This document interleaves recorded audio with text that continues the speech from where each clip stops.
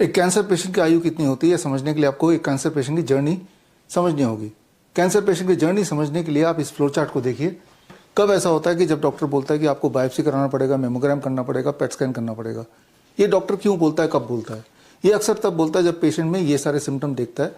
वो सिम्टम ये है कि अगर वेट घट रहा हो अनएक्सप्लेन तरीके से, यानी कि कोई एक्सप्लेनेशन नहीं, पेशेंट खाना भी खा रहा है तब भी वेट घट रहा हो, या परसिस्टेंट फीवर है जो कमी ना हो रहा हो, या फिर फटीग है, वीकनेस है, कफ है कई महीने से चल रहा है वो ठीक नहीं हो रहा, या कोई लंप है छोटा बड़ा, या फिर क्रॉनिक पेन और पेन की वजह नहीं समझ आ रही, या फिर अनएक्सप्लेन ब्लीडिंग है, चाहे मुंह से ब्लीडिंग है, नाक से ब्लीडिंग है, या फिर स्टूल से ब्लीडिंग है, यूरिन पास करते हैं ब्लीडिंग है, वो कंसिस्टेंट है वो ठीक नहीं हो रहा, या फिर डिफ़िकल्टी इन स्वॉलोइंग, निगलते वक्त दिक्कत आ रही है। इनमें से कोई एक चीज़ अगर होती है और वो लंबे समय तक चलता है तो डॉक्टर बोलता है कि पेट स्कैन करा लो, क्या पता कैंसर है, बायोप्सी करा लो, मेमोग्राम करा लो। तो इस तरह से बात शुरू होती है। अब यहाँ पे ये सोचने वाली बात है कि पेट स्कैन, बायोप्सी, मेमोग्राम, इससे कैंसर डायग्नोज नहीं होता बल्कि इससे कैंसर पैदा होता है। इस बात को आपको समझना ही होगा। अक्सर पेशेंट्स देश विदेश से मेरे पास पेट स्कैन, बायोप्सी या मेमोग्राम की रिपोर्ट भेजते हैं और बोलते हैं डॉक्टर साहब बताइए मैं क्या करूं। Actually at the very first place ये सारे टेस्ट नहीं कराने चाहिए, क्योंकि ये टेस्ट न केवल मिसलीडिंग होते हैं, ये सारे टेस्ट डेंजरस भी होते हैं, खतरनाक भी होते हैं। इस पे मैंने पूरा एक वीडियो बनाया, एक कैलेंडर भी हमने लॉन्च किया, that is 2025 the cancer calendar. Screen पे दिए हुए लिंक में जाके ये कैलेंडर के कंटेंट आप देख लेंगे तो आप समझ जाएंगे कि पहली गलती कोई एक पेशेंट कैसे करता है, क्यों करता है, कब करता है, और यहीं पे शुरू होती है असली जर्नी कैंसर पेशेंट की। अभी तक तो वो कैंसर पेशेंट था ही नहीं, अभी तक तो सिर्फ ये सारे सिम्टम्स थे, डिस्कम्फर्ट्स थे। ये सारे सिम्टम्स को कैंसर का नाम देने के लिए ये सारे टेस्ट किए गए, और अक्सर टेस्ट में पॉजिटिव आ ही जाता है। और टेस्ट में पॉजिटिव आने का मतलब डॉक्टर के रटे रटाए बात कि आपको कीमोथेरेपी कराना पड़ेगा, या रेडिएशन कराना पड़ेगा, या फिर इम्यूनोथेरेपी करनी पड़ेगी, या सर्जरी करनी पड़ेगी।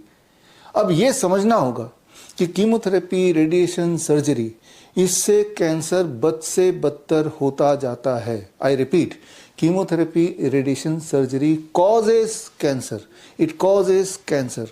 स्क्रीन पे दिए हुए लिंक में जाके आप सारे एविडेंस देख सकते हैं कि इससे पेशेंट की हालत बद से बदतर होती है। इमेजिन कीजिए दो तरह के पेशेंट हैं, दोनों एक तरह की पेशेंट हैं, एक ने कीमोथेरेपी कराया और एक ने कुछ नहीं किया, सेम हालत होने के बावजूद भी।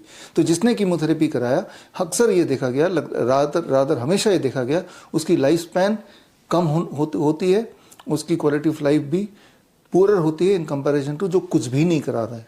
यानी कि कुछ भी नहीं कराना बेहतर है इन कंपैरिजन टू डॉक्टर के बताने पे कीमोथेरेपी, रेडिएशन, सर्जरी, इम्यूनोथेरेपी कराना। और यहीं पे पेशेंट बन जाता है द ट्रू कैंसर पेशेंट। इन सारे सो कॉल्ड ट्रीटमेंट से पेशेंट की हालत, उसकी इम्यूनिटी सीवियरली डैमेज हो जाती है, हालत बहुत वर्स होने लगती है, और जो सारे इनिशियल सिम्टम्स थे जिसकी वजह से ट्रीटमेंट हुआ, वही वाले सिम्टम और भयानक रूप ले लेती है।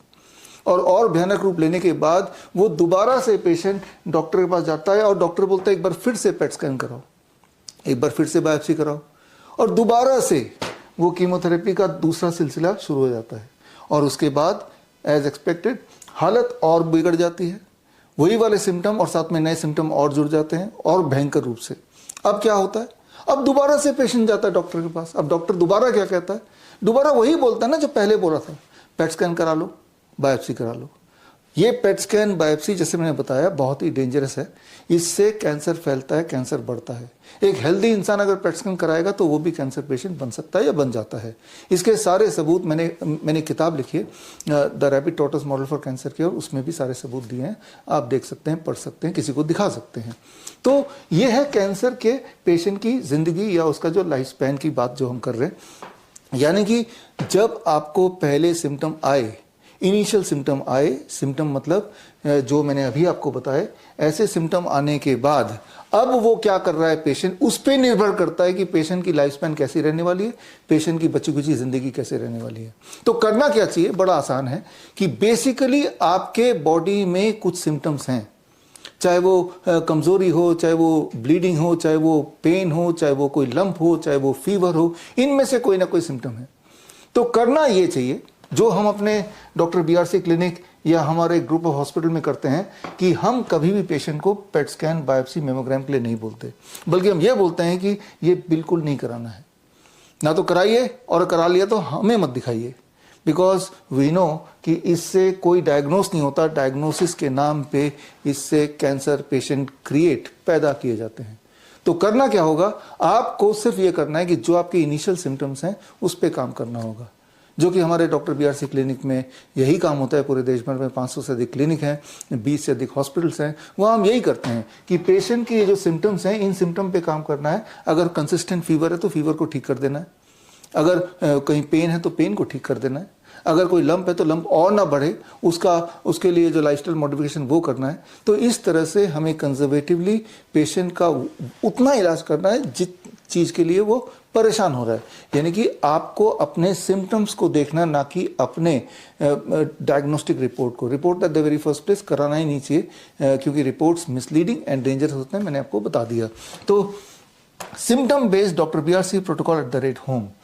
याद रखिए, बड़ी से बड़ी दिखने वाली बीमारी का आसान से आसान इलाज घर बैठ के हो सकता है, लेकिन उसके लिए आपको सिर्फ ये देखना पड़ेगा कि मेरी शारीरिक तकलीफ क्या है।